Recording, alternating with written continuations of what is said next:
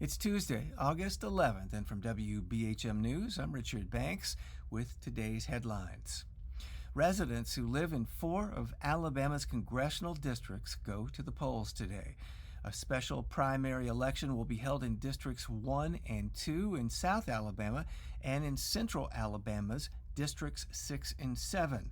The vote will replace ballots cast on May 19th, deciding who will represent the Republican and Democratic parties in the November general election.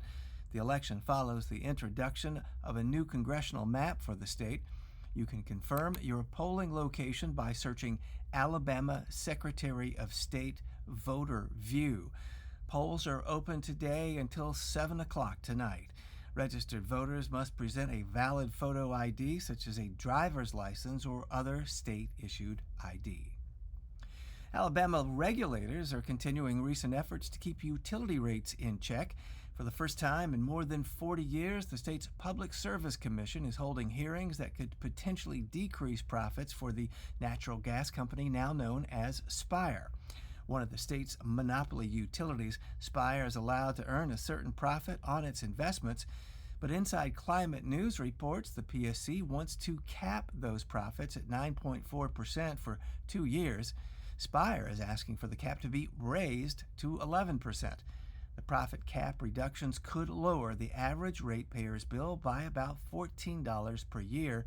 Spire officials are pushing back on the new recommendations, saying they would put the company at or near the lowest authorized return on equity of any natural gas utility in the country. Alabama Power, the state's main provider of electricity, recently introduced a 2-year cap on their rates after the company came under pressure by state leaders. And new weather data is in for last month, showing a few extremes. According to John DeBlock at the National Weather Service office in Calera, the central part of the state saw unusually warm, low temperatures. The early mornings registered an average of 74 degrees, ranking as the 4th highest on record. The warmer lows follow a national trend.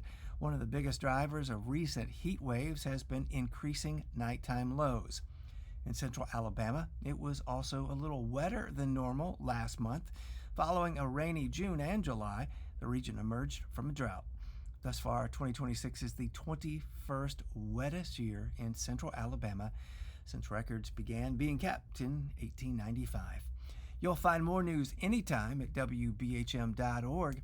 And for more local news, check out our newscast during WBHM's broadcast of NPR's Morning Edition and the afternoon's All Things Considered each weekday on 90.3 WBHM and online at WBHM.org.